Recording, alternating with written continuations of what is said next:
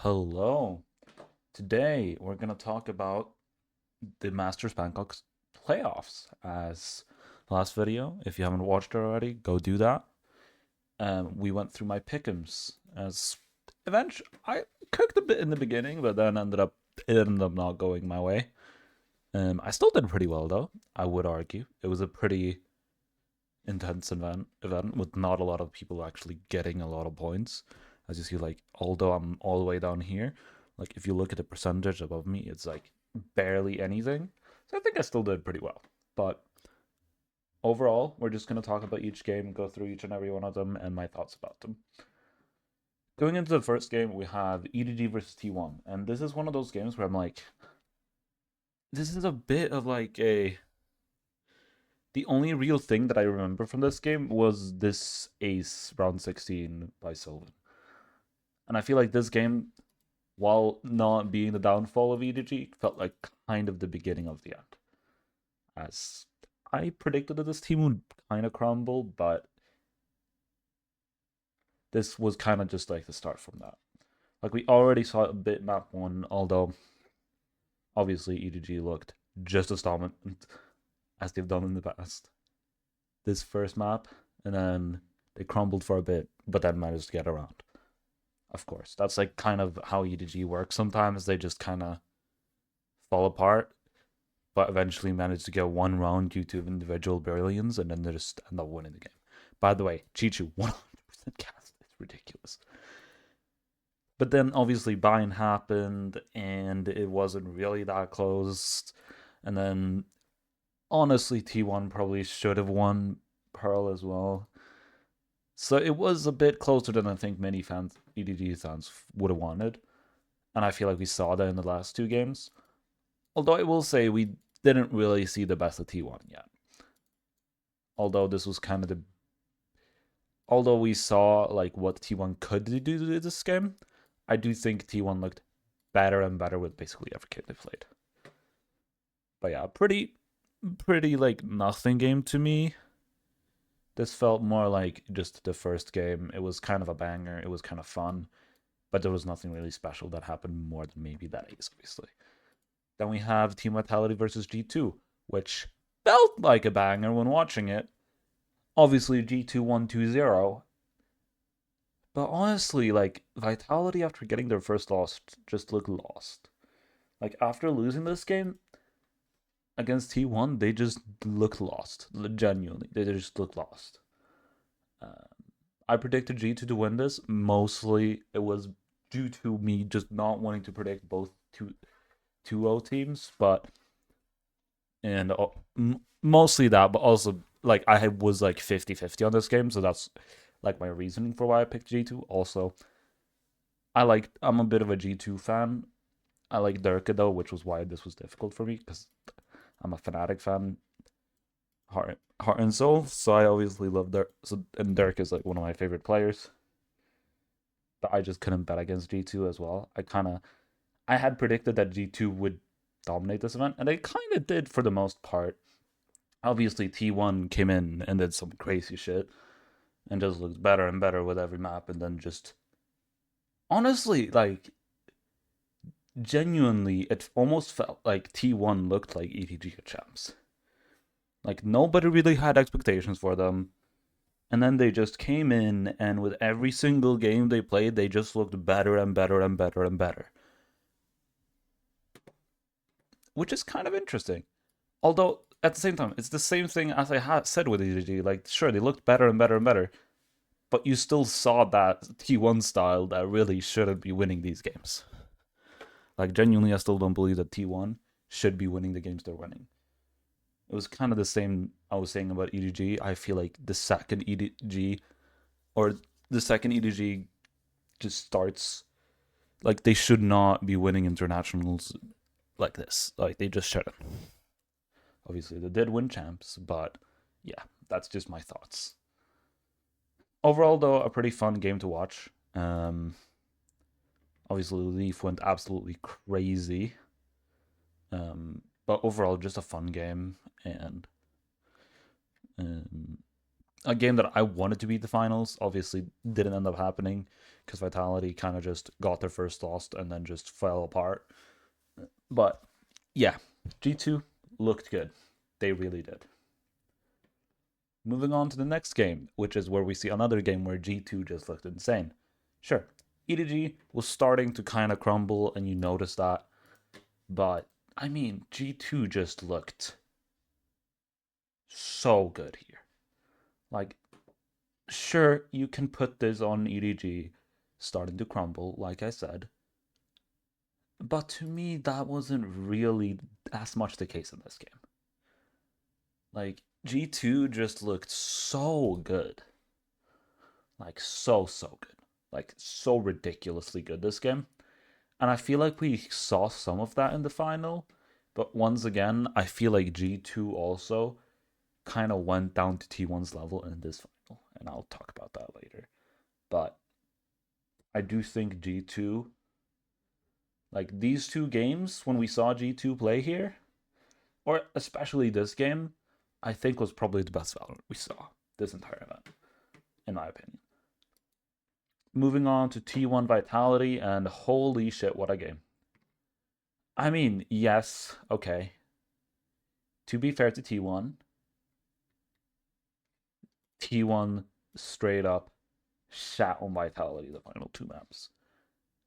But that first map was so much fun. That first map was so much fun. But yeah, overall, just Vitality at this point. Oh my god, I don't know what the fuck they are doing. Like, even here, like, they won T1's map pick. Like, T1 picked this into Vitality. Vitality wins that. And then goes ahead to do a comp change last minute, I'm pretty sure. Because wasn't they playing the without the jet, but with the ISO instead? Okay, they haven't played the map this event. But yeah, they were playing the Yoru ISO. And sure, they lost in the finals to Team Liquid. So maybe that's why they wanted to change it up. But it's like, this is not the time to change things up, at least not to me. And Jet just does not work in this comp. Like, okay, it works somewhat. But the reason why this comp is so strong is because that ISO and that Yoru can just like kind of just do so much, and it creates so many fragging opportunities and so many like different ways to play the map that just doesn't really do in the same way. And I get if Safe wasn't comfortable on the ISO, but it had worked. It worked for them before. And sure, they lost to Team Liquid. But what you do when you lose in a grand final, a lot of the time, especially when it doesn't really matter as much as that grand final did, that grand final didn't really matter that much to at least to Vitality. To Team Liquid, it probably mattered a little more because Vitality, they know that they're going to be good. Team Liquid doesn't know that they're going to be good for the entire year.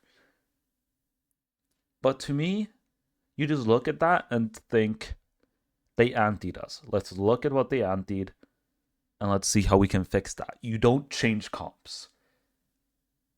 That's just my opinion, though. And sure, it might not be the same as what they think, obviously, but I just don't see why they did it. Genuinely, I don't. And either way, I think this pick and ban was pretty stupid from Vitality either way. Like, look. Okay. Now this okay. Like when we look earlier, like they had beat T1 on both Fracture and Bind. Okay? Fracture and Bind. T1 bans Abyss here. Meaning Vitality had the option to pick both Fracture and Bind. Which they know they've beaten T1 on before. And still they proceed to pick Haven, which they know T1 are really good at and really feel comfortable with.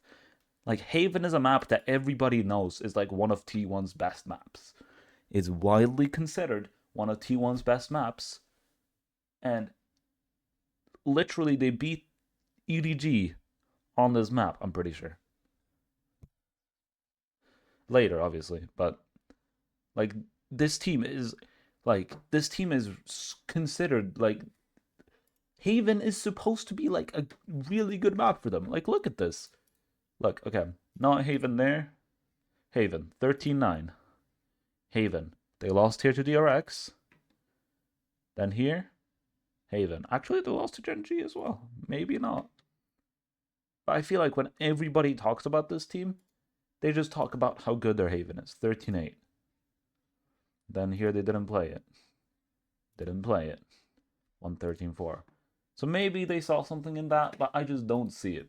Like when you can pick, when you have the choice to pick two maps that you already know you've won against this team on, why would you not pick any other map? No, I don't know. I don't get it. I just don't. And then obviously Split, they got completely demolished on, but that wouldn't even have mattered if they wouldn't have picked Haven here. So yeah, that's just my thoughts. I think it was a stupid pick and ban from Vitality. So yeah. Moving on to EDG versus T1, and oh my god. If you've watched the Eat the Glue EDG. Yeah, EDG. Yikes is all I can say. Yikes. You win an OT that you probably shouldn't have won. I don't know. You probably shouldn't have won this OT on Fracture. And then Haven, you kind of did something, but barely. And then Bind and Split was just absolute, like, glue fest. Like this. I'm sorry to EDG fans, man. It was. Let's just. They played terribly. Like, EDG here in this lower final looked terrible. Like, I'm trying to not be harsh. They just genuinely looked that bad. Moving on to the final game, we have the grand finals. And I'm going to talk a bit more about this one. Not only because it was ridiculous, but also because it's the grand finals. But holy shit, this game. Holy fuck. I mean, after the first map on Lotus, I was like, all right, so G2 is just going to clean sweep this. That was my thought after the first map.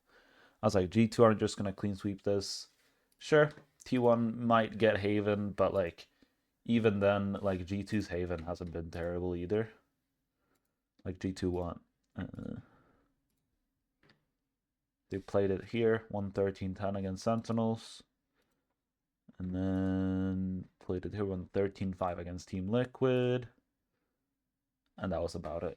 So they played it not many times, but when they played it, it had looked good. So I was like, they might be able to win that one, and especially with like just absolutely dominating Lotus.